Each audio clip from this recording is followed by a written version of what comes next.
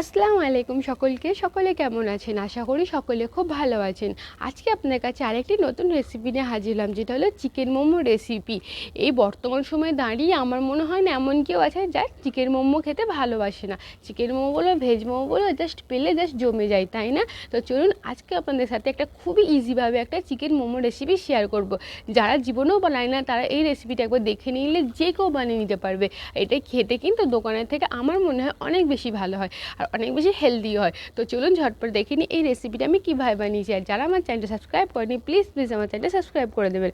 তো মোমো বানানোর জন্য প্রথমে আমি কিছু সবজি নিয়েছিলাম, দেখে নিন গাজর, ক্যাপসিকাম আর পেঁয়াজ, আর নিয়েছি কিছু বোনলেস চিকেন। তো চিকেনটা প্রথমে একটা চপারের মধ্যে দিয়ে আমি এইভাবে একটু চপ করে নিচ্ছি।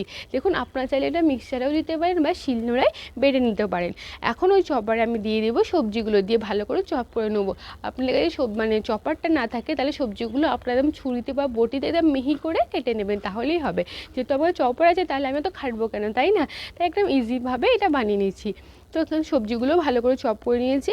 এখন একটু সবজি আর চিকেনটা একটু ভালো করে প্রথমে হাত দিয়ে মেখে নেবো প্লেটের মধ্যে। মেখে নিয়ে আবার ওটা আমরা দিয়ে দেবো মিক্সারের মধ্যে, চপারের মধ্যে। তো আমি ভালো করে মেখে নিয়েছি, এখন এটা দিয়ে দিচ্ছি আবারও চপারের মধ্যে। দেখুন ভালো করে মাখা হয়ে গেছে। এখন এটা চপারের মধ্যে আবারও আমি দিয়ে দিচ্ছি। আমি চপারের মধ্যে দিলে কি হয়, মশলাগুলো খুব ভালোভাবে মেখে যায়, তাই আমার মনে হয় তো চপারে দিয়ে বেটার, যেহেতু আমার কাছে এটা আছে। তো এখন আমি দিয়ে দিলাম স্বাদ মতো নুন, গোলমরিচ গুঁড়ো, দিয়ে দিলাম সামান্য একটু গুঁড়ো লঙ্কা গুঁড়ো, দিয়ে দিচ্ছি সয়া সস, আর দিয়ে দেবো একটু ভিনিগার। আপনারা চাইলে গোলমরিচ গুঁড়ো স্কিপ করতে পারেন বা লাল লঙ্কা গুঁড়ো স্কিপ করতে পারেন, কারণ যেহেতু আপনি যদি ঝাল যে যতটা ঝাল খাবেন সে ততটাই ঝালটা দেবেন। এখানে আমি একটু দিয়ে দিলাম মোমো চাটনি, দিয়ে দিচ্ছি একটু কাঁচা লঙ্কাটা আমি শেষে একটু দিয়েছিলাম, আমি বড় বড় করে রেখেছিলাম বলে কাঁচা লঙ্কাটা ঠিক আর মিহি হয় না, পরে এটা আমি কেটে দিয়ে দেবো। তো দেখুন খুব ভালোভাবে একদম মেখে গেছে, সমস্ত মশলাগুলো কিন্তু একদম ভালোভাবে মেখে গেলে বিনা হাত লাগিয়ে। দেখুন কত সুন্দরভাবে আমাদের রেডি হয়ে গেলো স্টাফিংটা। এখন এই স্টাফিংটা আমরা 10 মিনিটের জন্য ফ্রিজে রেখে দেবো, বা আপনারা সাইডে যে কোনো রাখতে পারেন, যাতে স্টাফিংটা খুব ভালোভাবে ম্যারিনেট হয়ে যায়। তো ততক্ষণ আমরা একটা ডো বানাবো, যেভাবে আমরা নর্মালি পরোটার ডো বানাই। আমি একটা পাত্রের মধ্যে ময়দা নিয়েছি, সামান্য একটু নুন দিলাম, নুন দিয়ে ভালো করে মেখে জল দিয়ে একটা ডো বানিয়ে নেবো। খুব একটু শক্ত শক্তই ডো করবো, কিন্তু খুব পাতলা ডো করবো না, যেহেতু মোমোটা মোমোর যে পরোটাটা বা রুটিটা হয় ওটা অনেকটা পাতলা হয়, ছোটো ছোটো বেলতে হয়, সেজন্য একটু শক্ত রাখতে হয়। তো একটু ভালো করে আমি মেখে নিয়েছি, দেখুন আমি কিন্তু একটু শক্তই করেছি, দেখতেই পাচ্ছেন। তো ভালো করে মাখার পর এটাও আমরা একটু 10 মিনিটের জন্য রেস্টে রাখবো। তো 10 মিনিটের জন্য এটা আমি রেস্টে রেখে দিচ্ছি। তো দেখুন 10 মিনিট পর এটা আবার একটু নরম হয়ে গেছে, এটা হাতের মাধ্যমে আর একটু মেখে নেবো, তাহলে আবার এটা ঠিক হয়ে যাবে।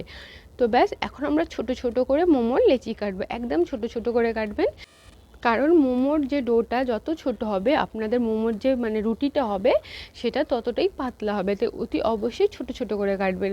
তো কাটার পর সামান্য একটু ময়দা নিচ্ছি আমি, নিয়ে ভালো করে বেলে নেবো, একদম পাতলা করে বেলে নিয়েছি। এখন আমি দিয়ে দেবো আমাদের স্টাফিংটা, এখানে আমি চিকেনের স্টাফিংটা দিয়ে দিলাম।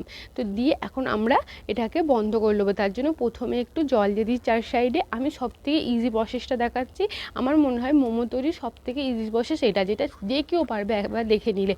অতি অবশ্যই ভালো করে দেখুন। তো প্রথমে আমরা এরকম ঠিক যেমনভাবে শাড়ির কোচা করি ঠিক সেভাবে আমরা কোচা করব, কোচা করে করে মুখটাকে বন্ধ করে দেবো, তাহলেই কমপ্লিট হয়ে যাবে।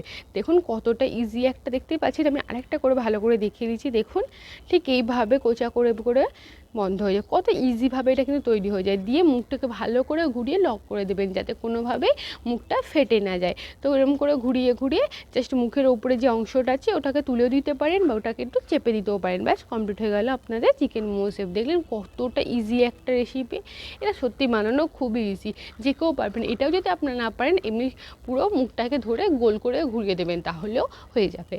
তো আমি আরেকটা করে দেখাচ্ছি, দেখুন ঠিক এইভাবেই করবেন। এটা খুব একটা ঝামেলা নেই, জাস্ট শাড়ি যেভাবে কোচা করুন ওইভাবে কোচা করে নেবেন, করে মুখটাকে লক করে দেবেন। আমার মনে হয় এটা সকলেই পারবে। তো ব্যাস কমপ্লিট হয়ে গেলে আমার চিকেন মোমোগুলো। তো এইভাবে আমি সবগুলো ঝটপট বানিয়ে নেব। আমি মুখের উপরে অংশটা ফেলে দিচ্ছি, ওটা ফেলে দিলে আমার মনে হয় বেশি বেটার হয়। তো ব্যাস ফেলে দিলাম, কমপ্লিট হয়ে গেল আমার চিকেন মোমো। তো সবগুলো আমি এইভাবেই বানিয়ে নিয়েছি। দেখুন আমার সবগুলো রেডি হয়ে গেছে। এখন আমরা মোমোগুলো বানাবো বা স্টিম করব। তার জন্য একটা মানে যে জাল দ্বারা প্লেটগুলো হয় তার উপরে আমরা দিয়ে দিলাম মোমোগুলো, দিয়ে ভালো করে স্টিম করে নেবো। এটা স্টিম করতে 20 মিনিটের মতো লাগে। 20 মিনিট পরে দেখুন কত ভালোভাবে সেদ্ধ হয়ে গেছে আমাদের মোমোগুলো। দেখুন একদম কমপ্লিট হয়ে গেল। দেখতেই পাচ্ছেন, দেখি কতটা ইয়াম্মি লাগছে তাই না? খেতেও কিন্তু খুবই ভালো হয়, দোকানের থেকে অনেক অনেক বেশি ভালো হয়। তো অতি অবশ্যই এইভাবে আপনার বাড়িতে একবার ট্রাই করুন, দেখবেন বাইরে থেকে মোমো কেনা ভুলেই যাবেন, কারণ এটা এতটাই ভালো লাগে। সকলে কিন্তু এটা খুবই পছন্দ করবে। তো অতি অবশ্যই জানাবেন আপনারা এই ভিডিওটা আপনাদের কেমন লাগলো, আর লাইক অ্যান্ড কমেন্ট করতে ভুলবেন না। আর অতি অবশ্যই আমার চ্যানেলটা সাবস্ক্রাইব করেন, প্লিজ প্লিজ আমার চ্যানেলটা সাবস্ক্রাইব করে দেবেন। দেখা হবে আপনাদের সাথে আবারও নেক্সট ভিডিওতে। ততদিন ভালো থাকবেন এবং গরম বেশি বেশি জল খাবেন, শরীরকে ডিহাইড্রেট করতে দেবেন না। চলুন, টাটা।